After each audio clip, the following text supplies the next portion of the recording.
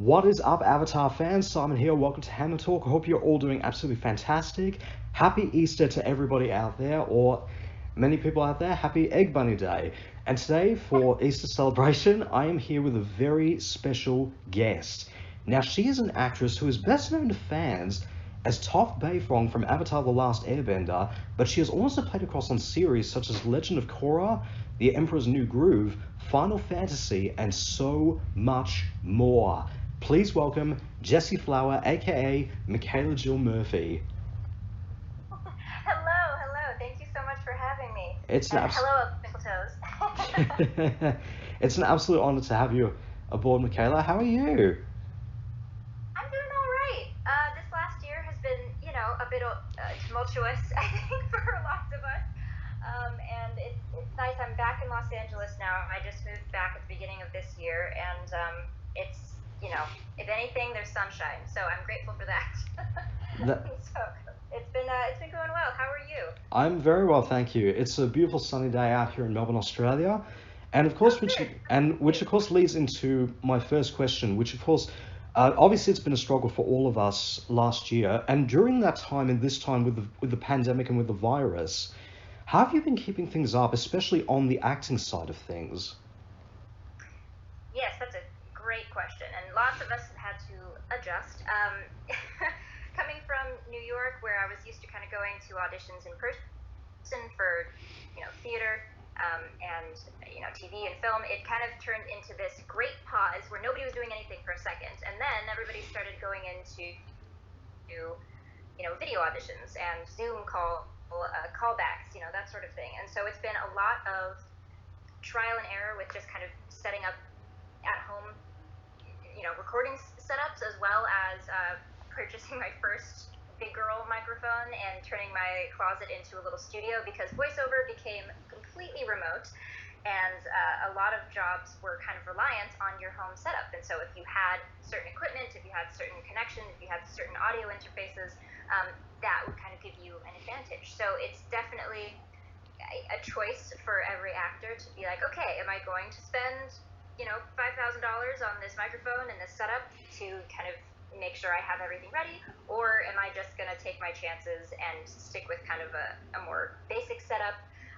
So it was definitely an interesting virtual year.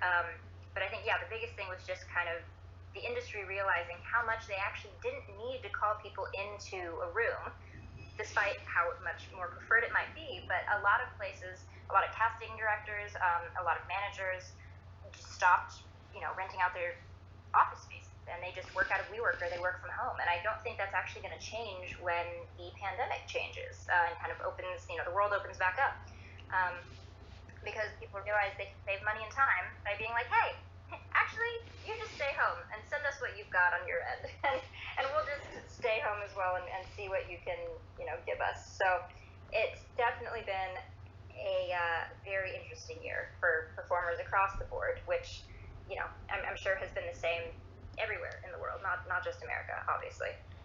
That's definitely true on that fact, and it's amazing how you were talking about like how you believe that going forward that because of the fact that many actors and especially voice actors in this case have now started to record stuff from home, they won't necessarily need to go into a studio for like having to do dialogue in that case.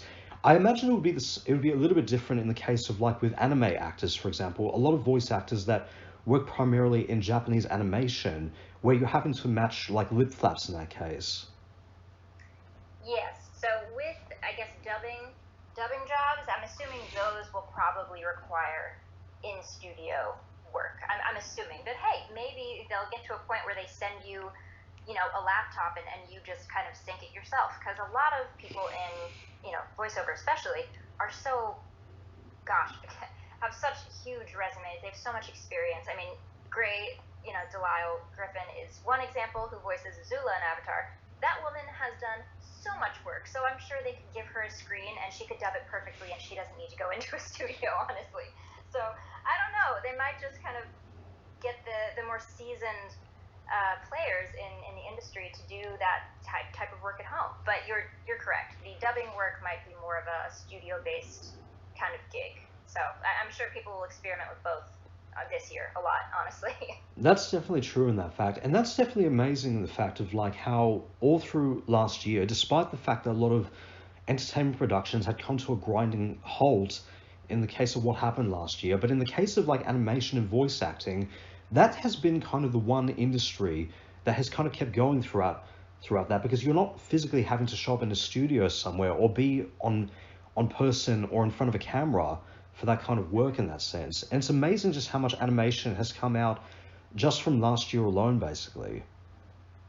Yeah, and it's kind of wild. It seems like it's one of the few industries that actually just excelled and became oversaturated this last year, because everybody was like, oh, I finally have time to, work on my drawing, to work on my animation, to collaborate with my friends and do that kind of animated miniseries, all of this kind of back at home work that you don't necessarily need to be in a certain space in a certain studio for. And there have just been so many, and I've talked to my friends, I've talked to my agent, there have been so many more auditions sent in this last year, because everybody is like, hey, I can do voiceover from home. And so many more people kind of hopped on to the voiceover train this last year, which is great, because there's a lot more work coming out. I'm pretty sure this year or next year we're just going to see a complete explosion of a bunch of new animated shows, because that's what everybody was working on this last year. It seemed to be one of the few industries that actually just kept going and then grew because of,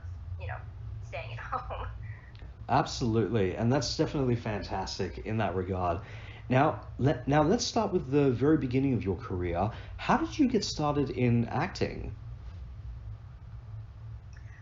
That is a great question. I actually got started because a friend of mine in school was in a commercial, and I thought that looked fun. So my mom and I had moved out to Los Angeles when I was just 4 years old. She and I are originally from southern Indiana in the Midwest of America, and we came west because she wanted to be in the sunshine, and she actually wanted to be an actress as well. So that's why we came out here. And when I was 4, a friend of mine was in a commercial, and I said, hey, that looks really fun. I want to try that. She's like, sure, okay, you're 4. Let's see how serious you are. So she put me in a musical, like just a local kind of community production, and I absolutely loved it. It was a production of Oliver, and I was just loving it. I was an orphan, and I sang Food Glorious Food and had a grand old time. And so after that, she was like, okay, you really like this. Let's, get some headshots and see how it goes. And at that point, it's a little bit of a different world today, obviously. We have iPhones, we have social media, and at that point you could actually just walk into agencies and drop off your headshot, maybe even get, a glimpse or a short conversation with somebody at the agency. That is no longer the case the same way, but we, kind of traipsed around Burbank a little bit, and, eventually kind of found a commercial agent, and I went out for a few commercials, and that's kind of, it just snowballed from there. I went through a little growing phase when I was about 7, 8 years old. A few teeth fell out. I got a short haircut. I looked a little awkward for the standard American girl. So my, commercial gigs slowed down a little bit. And at that point, I was with CESD for theatrical, I believe. And Melissa Berger, who is still my voiceover agent, was like, hey, they're opening up a youth voiceover section.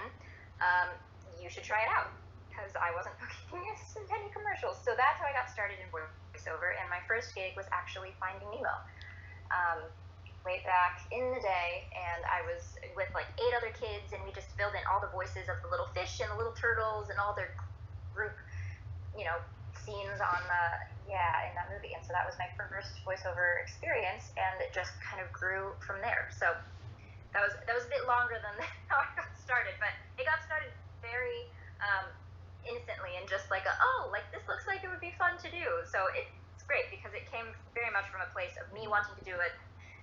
There was no crazy stage mom forcing me to go on auditions or anything like that. It was just because one of my friends was in something, and it seemed like a lot of fun. So that's how I got started. Fantastic. That's absolutely wonderful. And growing up, like obviously you mentioned about the fact that with your mum being wanting to become an actress herself, Who would you consider to be like who have you considered like your biggest influences growing up as an actress? Hmm. Um, Geez, that's a great question. I think, this is very possibly basic of me to say, but I think Harry Potter was a big influence at the time, just because I was reading all the books and the movies were starting to come out. That was a little bit later, and that's not the very beginning when I got started. But funnily enough, I actually just thought of this. Uh, Britney Spears was a huge inspiration for me. Oh I was wow. obsessed with her. I thought she was so cool. I just loved her crazy, awesome outfits. I thought they were colorful and like, edgy and looked different. And I loved her energy and how she performed and her music videos. And I was just obsessed. And fun fact, they were, I believe I was around 8 or 9. And I had been, a fan of Britney Spears since I was probably about 5, 6. And they were thinking of making a movie called Becoming Britney. And they were going to do her, early kid stage when she was kind of all-American girl, Mickey Mouse Club, that era, and then her kind of early teens, and then her kind of height of career when she was like 22-ish, around there. And I actually got cast as young Britney because I just came into the room, knew all the words to every song already, and was just emulating Britney energy because I'd been obsessed with her for like 5 years at that point. So yeah, it was a grand time, but they didn't end up going forward with the movie after we read the whole script. They had it all cast. It was really exciting, but then they didn't pick it up to actually be shot. So it was a bummer. But she was actually my first big inspiration as like a performer. Wow. I would say, which is funny. That's fantastic. That's absolutely wonderful. And well, considering the fact that we just of course have the Britney Spears documentary that came out just this year, Yeah. I believe. It's totally possible that we may end up seeing that Britney Spears movie see the light of day one day. I know. Well, at this point, I feel like I don't look enough like her to pick up a role the way that I had early on. But I mean, it would be really cool to do a movie. I feel like everybody's on kind of a save Britney mission right now because nobody knows if she's like okay or not. So I feel like that has to get resolved first, and then maybe movies will be made. Fingers crossed, because that would be amazing. It would be. Absolutely. Now, with any sort of series, like in the case of like Avatar or any kind of series where you're playing the main character or your character is quite prominent across the series, do you have an idea for the story arc or where your character is going in terms of the story, or is everything recorded out of context? It's a bit of hit or miss. Some days we would usually get the script about a week beforehand, and some days we would get animation already finished on the screen in the recording booth, so we got to kind of see what was going on, get a little bit of context. Sometimes other characters would have already recorded their lines before you got in for your session. And sometimes you would just come in and you were the first one, and they didn't have animation ready yet for your scenes, and you just had to kind of go for it. But we always did have the script, which was great. And usually, whatever we got, the week before, was pretty close to what we recorded on the day of. So if we read through it, usually it was set, in what the lines were and what the plot was, what was going on. But aside from that weekly script, we didn't really know what was happening next. They didn't sit everybody in the cast down and be like, okay, like, listen, main characters, you're gonna do X, Y, and Z, and then in season 2 this is gonna happen, and then season 3 you all are gonna fight and then break up and then whatever. We didn't, get that kind of breakdown. It was just like a weekly treat of like, oh, this is the next episode, this is what's happening next, and then you'd go into, record it a week after that. So a little bit of context in the script, but we definitely didn't know the ending, like while we were recording it. We didn't really know what we were working towards per se, which I guess is kind of exciting. That's absolutely fantastic, and that's definitely true in that fact, because that reminds me of an interview that I did with Digimon star Joshua Seth, where he spoke about this advice that he got from one actor, where in the case of like with Japanese animation and how you have pre-existing material written for that animation, and how the advice he got from one actor where he said to him, don't read ahead, just go in there and be surprised, which is absolutely fantastic. It's kind of it depends on the actor, I think, but there is something to your first take, and a lot of times I think that's why actors in general need to train so much, because you train, you take acting classes, you rehearse scenes, you take improv, all of these things to just keep your toolbox ready to go, super up to date, super polished, and just ready. Because then when you're given either fresh material or the opportunity to kind of fill in the gaps more so in live theater, and when you're on a set and you're given, a little bit of artistic freedom, you have everything ready to go, and usually your first instinct is going to be the most powerful. It's going to be the most effective and the most interesting to watch.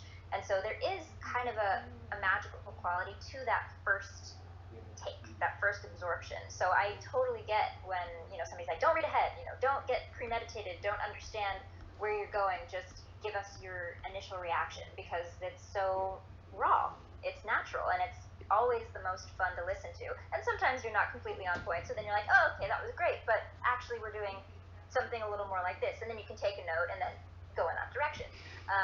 But yeah, that makes total sense in my mind. Absolutely.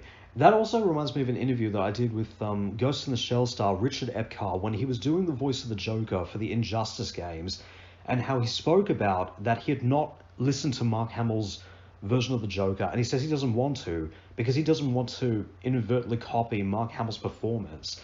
So I think he walked into it just like doing his own take of the Joker in that fact, which is amazing.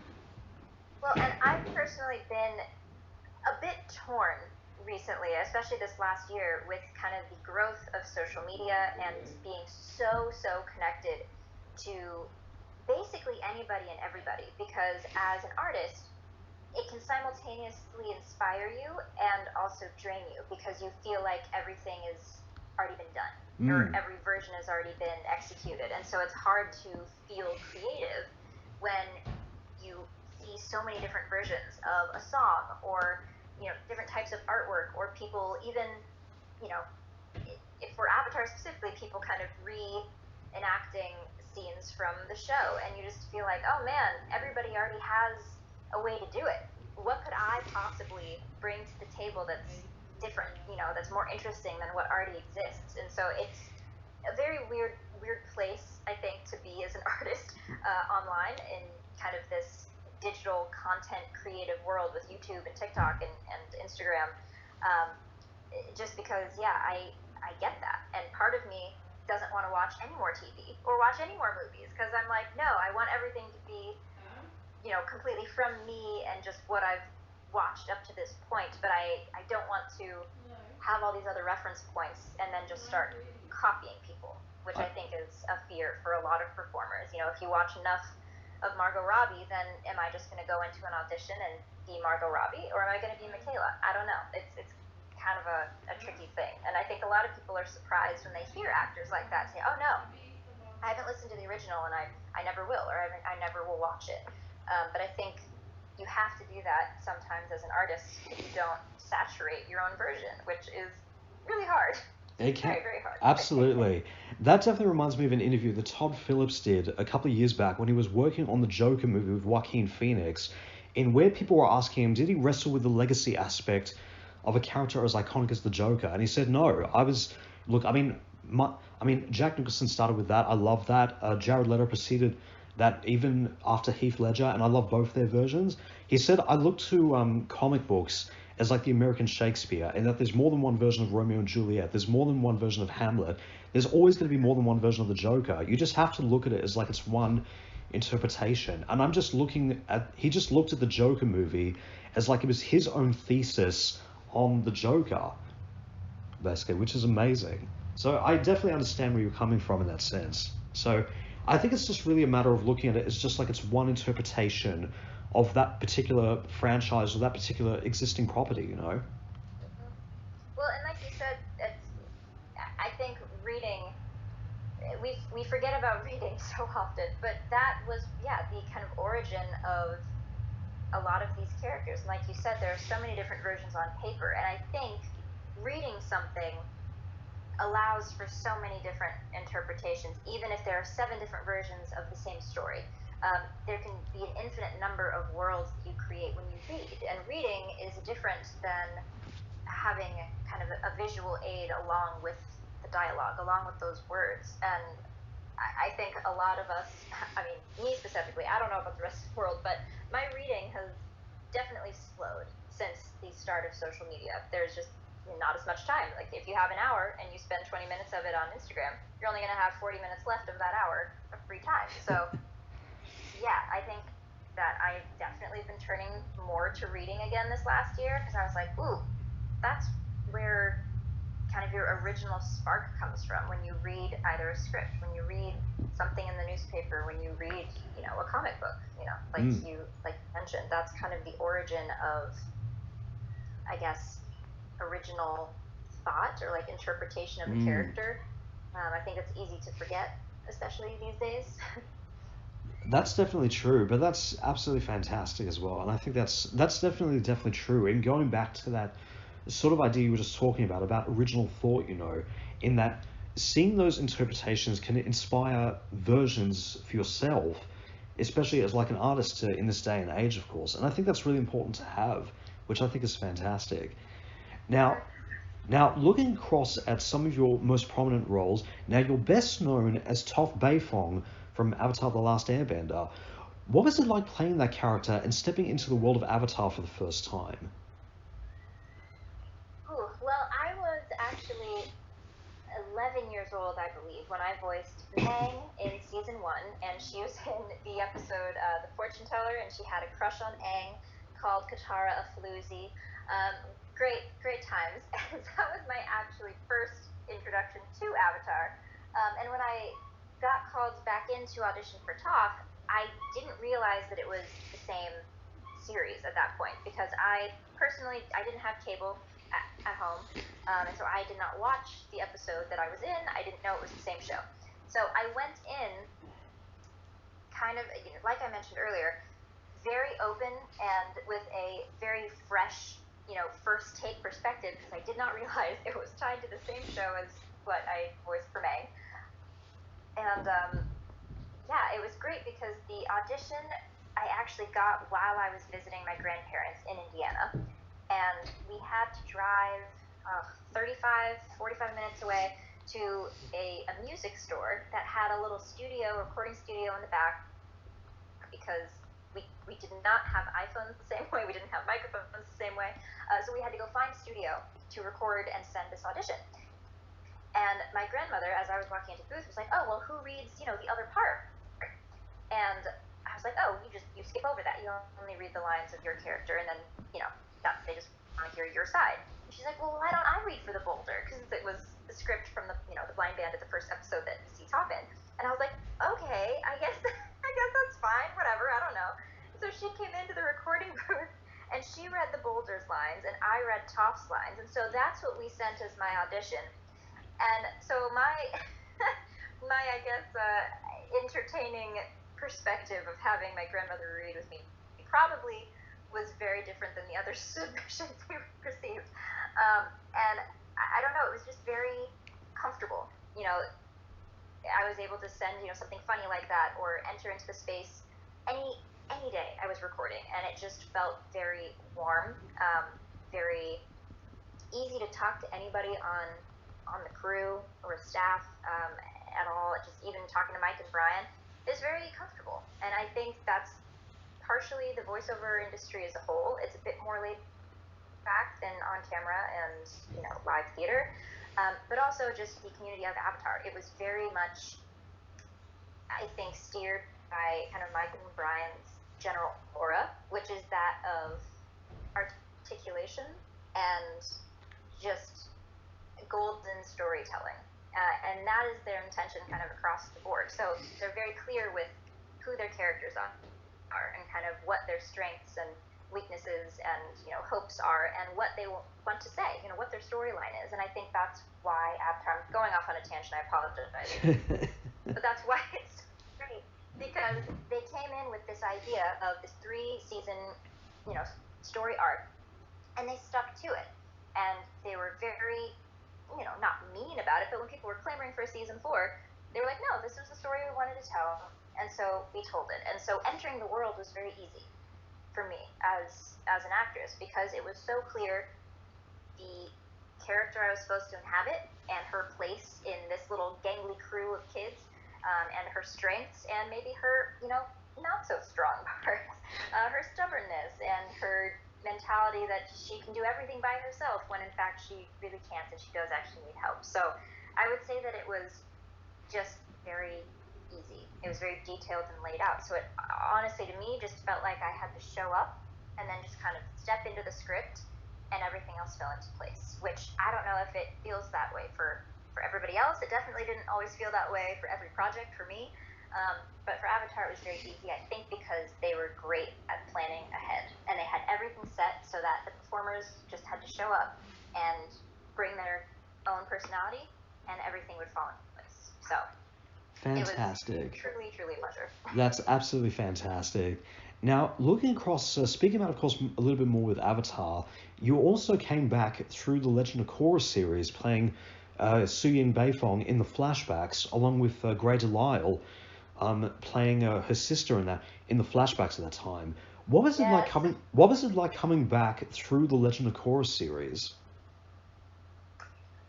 It was unexpected and amazing. I was in my junior year of high school, and I got, a message from my agent saying, hey, Andrea and the team reached out, and they would love to just get a quick voice sample. They're pretty sure that you can voice this character, but they just want to make sure. And I was like, sure, okay. And, I sent in the lines, whatever, and then I realized, oh, great. They explained a bit more. You're playing your daughter, and in a flashback, and this whole next series is set in the future, and they brought back a couple other characters, like you said, Gray and Dante. A bunch of people have come back to voice characters in this new series, and I was like, yes, I get to come back. I was most excited to just come back to the studio and get to see everybody, get to see Andrea, and Mike and Brian again, because at that point I hadn't seen everybody for almost 4 years about. Wow. And I missed it because it was almost every week or every other week for a couple years, and then it just was nothing, and I didn't get to see anybody anymore. So I was mainly excited to actually see the people behind the scenes, but getting to be a part of Korra was really cool, because now I feel like I kind of have, not the whole spectrum, but I got to play a fun character in season 1, because Toph wasn't in season 1, and then I got to be in 2 and 3, and I also got to be in Korra, so I'm like, cool, I got to participate in everything. That's Just a absolutely little bit. fantastic. Quite fun. That's absolutely fantastic in that regard. That's amazing. And speaking about, of course, with reunions, now you also had a reunion with the Avatar cast and crew. I believe it was around last year, or I think it was early this year.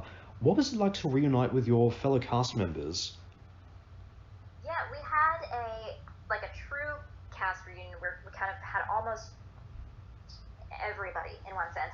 Earlier this year, it was like the second week of January, somewhere around that time, and it was a blast. I have not spoken to Zach or Andrea, or a couple of the other actors in a decade, almost Wow. at this point, and it was just, I mean, over the moon. It was so much fun, and May even sent in a little hello video. She was busy filming something, so she couldn't make it that day, but she pre-recorded something. So we got to see basically everybody, which was magical, and I'm so happy. Well, not happy about COVID happening, but this last year, because we were home and Dante decided to kind of host weekly streaming events, I got to reconnect with a lot of my castmates, that I just hadn't been able to connect with before, because I was in middle school, and everybody else was an adult and being cool and going to bars, and I was like, oh, I have a math test tomorrow. So we were a little bit of different pages, whenever I was recording. But now I'm also an adult, so we were talking about trips to Vegas, or Jack has a kid. He had his first kid, and he's married, and just really cool life milestones that I can appreciate more now as an adult. So the reunion was magical, and I'm hoping that we can kind of do more of them in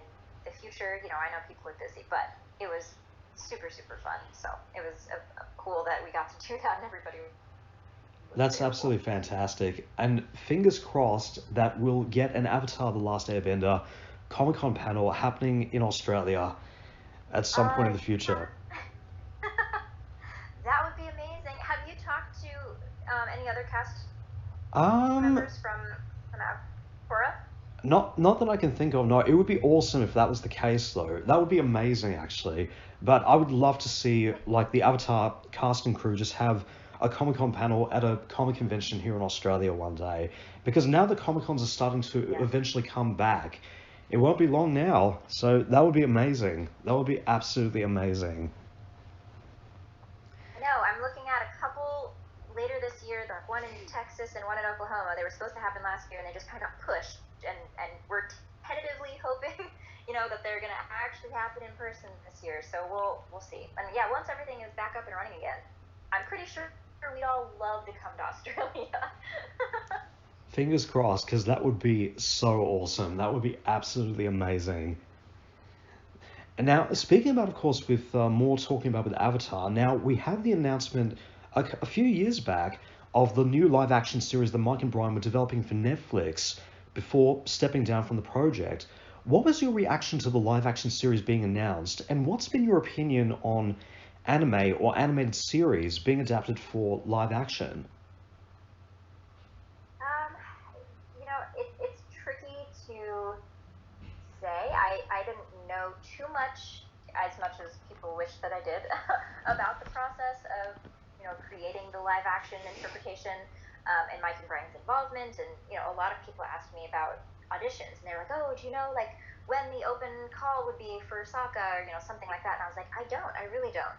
And dealing with networks is, I know, very complicated. And if you have a lot of different kind of artistic requirements from the creators, from the network producers, you know, from the writers, like there are just so many different voices. And so I understand why Mike and Brian would step away if they don't feel. I don't know specifically the reasons, you know, details, but you know, if something wasn't going according to what they felt was, I guess, true to the story, um, and kind of keeping it really, really honest and, Mm. I don't know, keeping the integrity of the thing intact, then they would want to step away because they don't want to be a part of something that just kind of alters what they had originally, you know, intended. Um, yeah, I also think, I don't know, this might be an unpopular opinion, but I feel like we're just being lazy, when we're like, oh, let's take this thing that's already great and either make it a live action or make it animated or make it a musical. And I'm like, okay, we get it. We know that it's good. I mean, sure, it might be fine in a slightly different medium, but why don't we just make something new? Why don't we just write something new? And you know, appreciate the greatness for what it is and then make something else. So that might be an unpopular opinion, but I personally am like, okay, why do we? I feel like we're dealing with the same like 50 stories and we're just redoing them all over and over and over again. So I'd be a fan for some more original work, honestly. Absolutely, that's definitely true. And what you were explaining about there, with your own opinion with regards to adaptations of animated series, it's funnily enough, but there was an article I read across on the reunion you had with the Avatar cast and crew, where I believe it was Gray Delisle and D. Bradley Baker who spoke about their own opinion on the live action series. They gave off their sort of own idea about it in the same way, saying, well, why are we doing an adaptation of this animated series when it was already amazing to begin with? Like, how are we going Yeah. to be able to live up to what was meant to this incredible animated series? How is this live action series going to live up to what this animated series had brought beforehand? Yeah. So I definitely understand what you mean in that regards, yes. And I think it doesn't mean that, oh, it shouldn't ever happen, but I also think it'd be cool to see, you know, if it's going to be an adaptation, be a true adaptation, and it either is a prequel or a sequel that's different than Korra, or it's a spin-off through a lens of one of the characters in live action, and then you can Mm. refer back to some of the origin story pieces in the live action, but not just kind of copy pasting the original animation into just real people per se, because because then it doesn't really feel like an adaptation. It just feels like it's like a reprint. You Mm. know, I don't know. I definitely understand what you mean by in that regard. And speaking about, of course, with new projects, like it was announced that Mike and Brian are developing, have now announced they're developing more Avatar the animated series through Avatar Studios. And despite the fact of what's happened with the live action series, will we hope to see you or any of the cast members from the animated series come back for cameos in the live action series? And what would you personally want to explore going forward with Avatar now that Mike and Brian are developing more animated series in the future?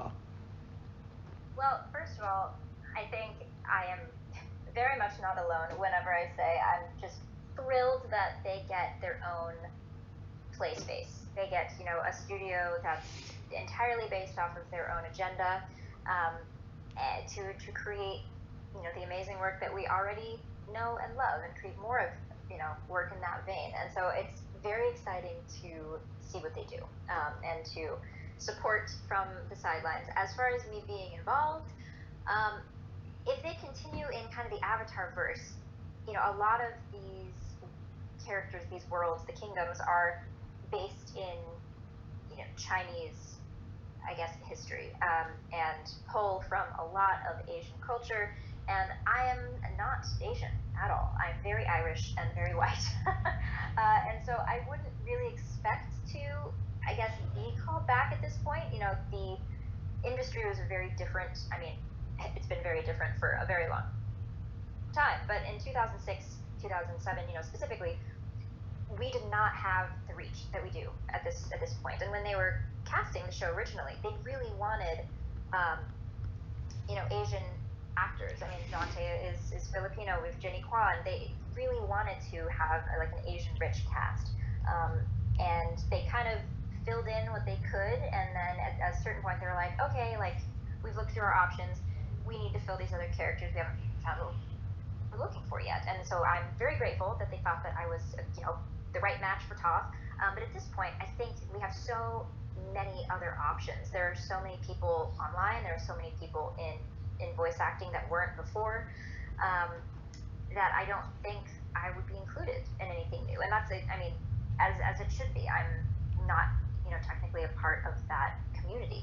So, not technically, I'm not. I'm very much not. So I don't expect to be involved.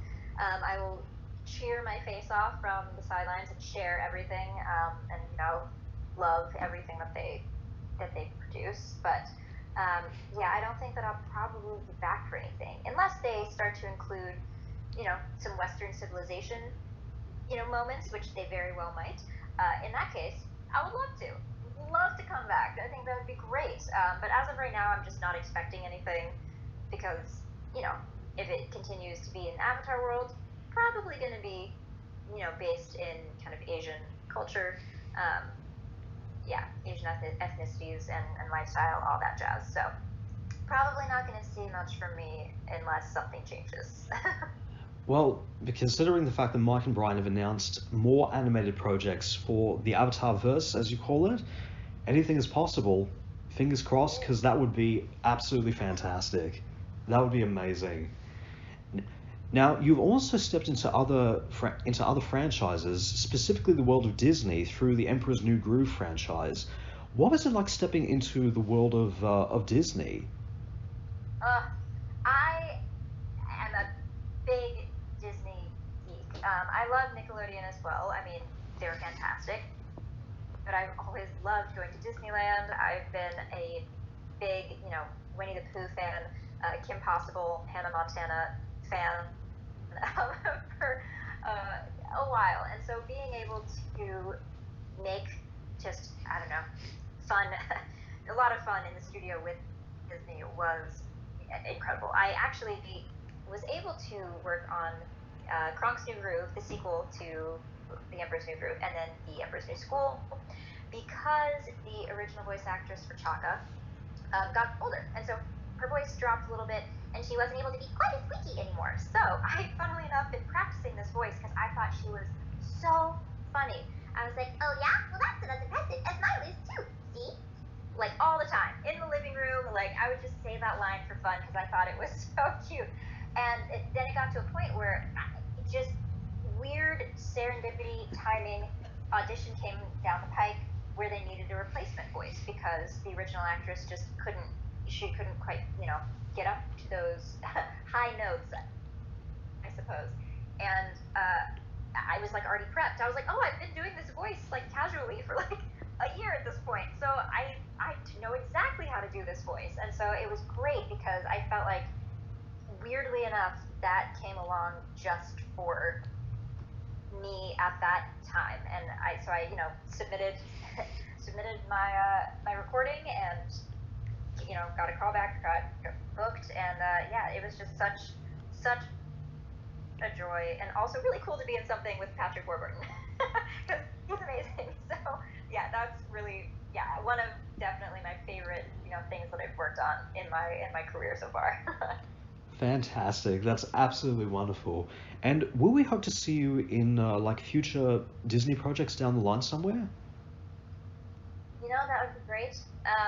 It's like I mentioned, the whole industry is just very saturated right now, which is simultaneously great and overwhelming because if you're casting something, you have so many submissions to choose from, which is a little exhausting, but also great. You have so many different voices to consider, and so it's wonderful. You basically, without question, will have at least 500 submissions to pick between, and in some cases up to 1,000 or even 1,500 for just one audition, which is a lot. So that being said, the competition is a lot harder. Whenever I was submitting when I was younger, there'd maybe be 50 to 150 per audition, just a lot less recordings to get through. And so I'm not even sure if they get to mine. I don't know when mine is hits their folder. I don't know if they decided to skip through mine and go to somebody else. It's very hit or miss. So I would love to. Currently don't have anything on the table for Disney specifically, but I'm hoping that happens at some point because I love working on Disney projects. And I also think it'd be great to be some form of a Disney princess, whatever that may be. But that's kind of a once in a lifetime, or once in like a 1,000 lifetimes, I don't know, kind of thing. So yeah, we'll see how that goes. But yeah, I would love to work with Disney again because they're a hoot. That would be absolutely fantastic. Now, you also stepped into the world of Final Fantasy as Echo Carol. What was it like playing that character and stepping into the world of the Final Fantasy games? That's a good example of kind of these dubbing jobs that may or may not be recorded from home. Yeah, they sent a voice sample and a little clip of the game. I think they had a couple other languages done at that point, and said, okay, we're doing the English dub. And I find matching higher pitched, younger, squeaky voices. I guess that's up my alley because Chaka was also very high pitched, and so is Eco. So I just tried to match the energy of the previous languages, and I guess it was just right in the pocket for what they were looking for.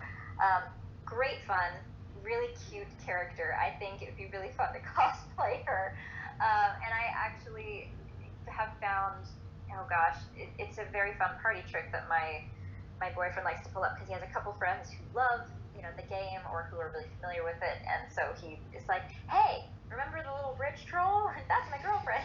So that's been a fun little topic of conversation. But yeah, it was great fun. It was very straightforward, kind of simple session because she's only around for a couple minutes. She doesn't do too much, but it was a lot of fun. I love working on video games and dubbing things. It's a little bit of a different challenge than just your standard animation recording. So it was good fun.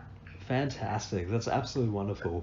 And with the Sonic the Hedgehog movie and Detective Pikachu having broken the video game film curse, and with the announcement of many video game adaptations that we've got coming up in the next few years, from Assassin's Creed to Resident Evil to The Last of Us, do you want to see a live-action Final Fantasy film or TV series? Oh, I hadn't really even thought about that, but that'd be kind of cool. I guess that'd be Slayer 1, I believe, yeah, this last couple of years, and that was a really cool. I know it's not based off of a specific video game, but I thought that that was a great kind of mesh of the two worlds. So I don't know. I'd be up for seeing more adaptations that kind of fit into that style, like how it was shot and storyline and that sort of thing. Yeah, I mean, they did a Final Fantasy live action. I'm pretty sure it'd be quite popular. A lot of cool, action scenes tucked in there. Yeah, definitely be popular. That would be amazing, actually. And what's really funny about that is that I think with regards to the Final Fantasy series, is that people also think of the Kingdom Hearts games, which is a mixture of Disney with characters from the Final Fantasy franchise. And Disney have announced that they're doing, I think they're planning on doing a TV series based on the Kingdom Hearts games. So if Disney are planning to do that, then I think anything is possible, really, because that would be absolutely amazing. Oh yeah, I mean, and I'm still my boyfriend plays a lot of video games, and I'm getting accustomed to the world, especially after this last year. I just was really not familiar with a lot of games beyond like Mario Kart, I would say, and then I finally got submerged into Alien Isolation and some Bioshock, and a little bit of Call of Duty because that one's just a classic, and there's a bunch of other things that he plays. So I'm learning more as we go along because I know it's a whole other world that I definitely have to get a little bit more educated on, because I would not be a good person to have a conversation with about all of this right now. That's fantastic, though. But no, that's absolutely fantastic. And where do you hope to see yourself with regards to acting in the long run?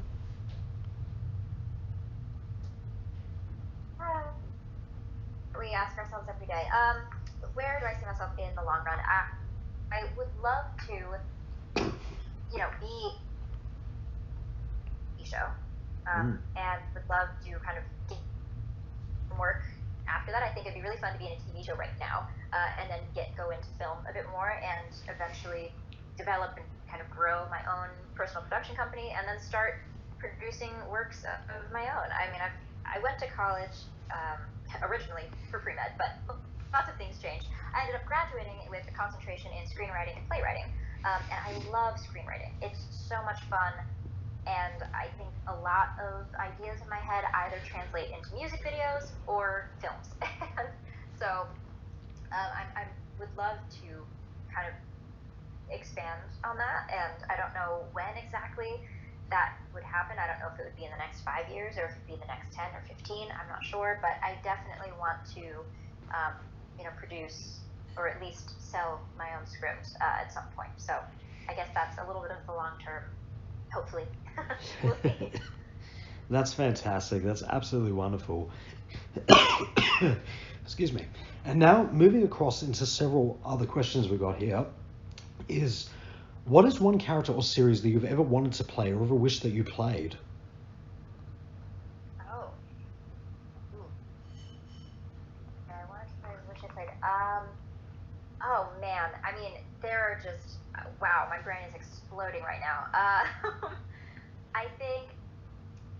Well, this is very niche. I guess I'll give you a couple. So I got to audition for a lot of Disney shows early on, like live action TV shows, and I actually auditioned for Sweet Life on Deck, and it was for the role of, oh gosh, what is her name? Debbie Ryan, I believe. She was kind of the southern girl who was on the ship with Zach and Cody, and she had red hair. That's who they ended up casting. But I got called back for that role a couple times, and I think it would have been really fun to play. And I see why they picked somebody else. She was a very different vibe than me as a person, so I get it. But that would have been a lot of fun just because the show was a lot of fun. I also, this one kind of just kicks me. I don't know if anybody or if you know the book Because of Winn-Dixie. Do you know that book? No, I've actually never heard of that book before. Okay, so great book. It's about a young girl and her dog, and like a very wholesome friendship between the two, and they go on adventures together. It's very cute. But I actually got cast as the main role for the girl, in the live action film, and then it changed very suddenly because there was a contract that this other actress had with her agent, and then things were complicated, whatever. So then they ended up picking her instead, even though the casting team and like the directors wanted me actually first. So that kicks me in the face a little bit whenever I think about it, just because that role was so just fun, very like girl next door, bike riding, running through the woods with like her dog, and it was just very wholesome and fun. So those are two like earlier ones. As like an adult, I think it would be so much fun to play a superhero. I think it'd be great to play, maybe a Catwoman, Superwoman situation. I mean, I think Gal Gadot kind of has Wonder Woman covered, but it would be just a lot of fun to play some sort of magical, kind of powerful superhero. Yeah, it would be really, really fun. Or something, I mean, or a villain, I wouldn't mind sliding into a Harley Quinn, Margot Robbie vein as well, because obviously it's always fun to play a villain. So yeah, those kind of roles the last couple of years have really appealed to me because I like being active on set. I think I could do a lot of my own stunts. I'm comfortable using and operating firearms, and I can drive a motorcycle, ride a motorcycle, whatever. I have my license. So yeah, I just think it'd be fun to be in an action movie. It's not like a specific role, I would say, but definitely want to be in an action film sometime soon. Yeah. That would be fantastic. That would be absolutely amazing. And with and a bit of a head scratcher with this one here is, what has been your view on where the voice acting and the animation industry stands within the entertainment industry? I think it's interesting. That is a bit of a head scratcher. I think it used to be a bit more distanced from the other mediums. I think when people thought of TV and film, they didn't necessarily think of animation or voice acting as a whole separate genre. And I think now it has become very, very close to everything else. And I think that the growth of streaming services obviously has helped out. With Amazon Prime and Netflix and Hulu and HBO Max and all these things where it's easier to view cartoons, and you don't have to wait until 10 a.m. and have Cartoon Network to watch, an animated show. You can now stream the whole thing, or you can buy the DVD set. It's just much more accessible than it used to be, because I think animation was hard to sell for a while. And I'm not sure why completely, but I think it has something to do with technology, because we just didn't have the ability to animate the way that we do now, and to, even movies with sound are relatively new when you think about our history as human beings. So I think the development of technology in the 90s, and once kind of Apple had its whole revolution in like the early 2000s, I think it just got more popular because it got so much better. Now you have, half of a movie can be CGI and you can't even tell. Like, there's just so much more capability on the animation side of things than there ever has been before. So I think it's now grown to be just as impactful as something on a movie screen or something on the radio. I also think it is not necessarily a bad thing, but I think it's become popular to use celebrity voices in shows. And that is kind of an interesting thing that's happened over the last few years, where it's like, oh, we're just going to use Zendaya, we're just going to use Oprah's voice, we're just going to use, Maya Rudolph. They're just kind of taking these big names to help sell the animation, as opposed to like letting the animation sell itself, which I think is interesting. So it's smart because people will go and watch it, but that definitely didn't happen quite as much earlier on. I feel like people were like, oh yeah, we'll just like get good voices, fill it in, whatever, and whoever's voice sounds right, great. And now it's like, oh, let's make sure we have big names, just like with film and TV, so that we can attract audiences to come, see this animated movie or the animated TV show. So yeah, that's my 2 cents on. Wow, I think that's definitely true in that regard about what you were saying about with getting celebrity voices for a lot of these big animated projects, in that fact, whereas you've got a lot of voice actors within the animation and voice acting industry that can easily do the job just as well as that. But I understand why it is they cast these huge celebrity names for roles like this. And I will go on to say, and this is my 2 cents, that, and I will say this, I've said this 1,000 times on a lot of interviews I've done, I will say this to the day I die, but if people were to ever ask me, if they were to ever ask me, why do you still go to comic conventions? I said I go to meet the voice actors. That's why. Yeah. Because they are my rock stars right there. Well, I mean, the whole convention, I guess, platform, it has really grown in the last couple of years. I went to Comic-Con in 2014, San Diego, and that was kind of the beginning of them becoming very, I feel like, commercialized. They were popular for a while, but they weren't as commercial. At this point, it's now, there are just so many. Usually you can find at least 10, kind of relatively nearby if you live in somewhat of a bigger state. And there's going to be at least 1 or 2, even if you're in like Nebraska or Oklahoma or Indiana. Like, they just are so popular. And I think a lot of people are realizing that there are tons of people in your exact same boat. They're like, yeah, these people are the people that I want to meet. I want to go and talk to these awesome voices and these crazy characters, and the amazing people who can do like 40 different voices, 40 different characters, and they can just jump into each of them instantaneously almost. And the fact that they are the light between so many different faces, that brings so many people joy. I think, yeah, it took a second to be realized the same way. And now, I mean, I don't know what's going to happen after everything opens back up for real, but I feel like it's just going to be an overflow. I feel like everybody's just going to be kind of exploding at all of these conventions, and they're going to be sold out. And it's great. It's a really, really cool medium that didn't exist whenever we were recording. That's for sure. But that's kind of turned into a cool gathering spot for a bunch of the, behind the cartoon faces. Absolutely, that's fantastic. And that's definitely true in that regard. And without going into any spoilers, what's next for Michaela Jill Murphy for the fans to know about? So I am, I don't have too many things to spoil, but I mean, I'm looking at a couple of, like I said, what is the first one? July, I think? Maybe it's August, I'm not sure.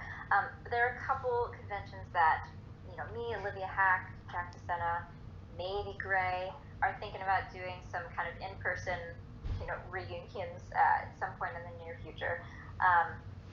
I just released, I kind of shared this on my Instagram, but I released a short film that I wrote and directed this last year during, quarantine. It was a quarantine project that I finally had time for, and so that's being considered at a couple of film festivals, which is cool. And Oh, wow.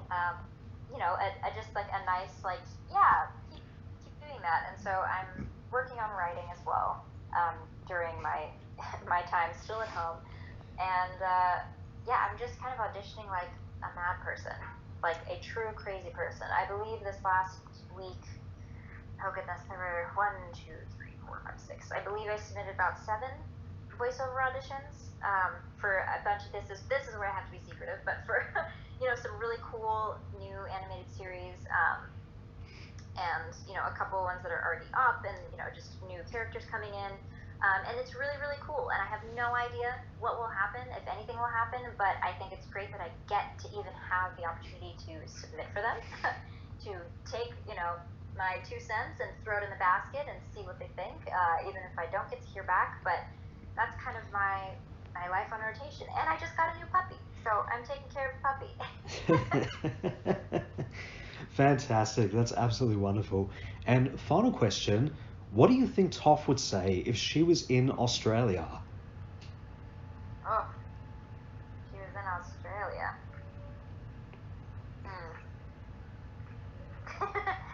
I feel like that there would be lots of different thoughts going on, but maybe something along the lines of, well, this dirt feels different. There's lots of different stuff. I don't know. I feel like there's this weird. I haven't actually been to Australia, and in my head there's this painted picture of what I think Australia is going to be like, and then I have a feeling it's going to be something very different. But I'm imagining lots of different, deserts and lots of different animals and creatures. But yeah, I don't know. That's probably something that. No, that's absolutely fantastic. But no, that's absolutely wonderful. That's fantastic. That's absolutely wonderful. Michaela Jill Murphy, thank you so much. It's been an absolute honor. Well, thank you for having me on. And I don't know if anybody's on social media interested in following, but my Instagram is at Michaela Mostly. I came up with that name just for fun. Yes, my birth name is actually Michaela, not Jessie Flower. 6-year-old me thought Jessie Flower was a fun, cool name, but my real name is Michaela. So at Michaela Mostly. And oh yeah, for things to look forward to, I have a Toph-inspired little merch collection online. It's at banditbasics.com, and it's blind bandit themed apparel. So we've been kind of listening to fans and what people kind of want to see and what they would want to wear that isn't already out there, and trying to kind of create those cool items. So that's also what I'm working on right now, which is great. That's absolutely fantastic. And is there anything you would like to say to the fans out there in Australia and in the world? I really think, in this crazy time of last year and just trying to take the best steps forward, I think, the only thing I have to say is just keep your knees high, twinkle toes. That's absolutely fantastic. That is fantastic advice right there. Well, guys, if you'd like to find out more about Michaela Jill Murphy, you can check out the links, which I'll put to you in the description below. Don't forget to subscribe down below to HannaTalk. Check out the links below, comment below, and any requests or suggestions, just be sure to comment below. Thank you all so much for listening. This is Simon and Michaela Jill Murphy signing off. Bye for now.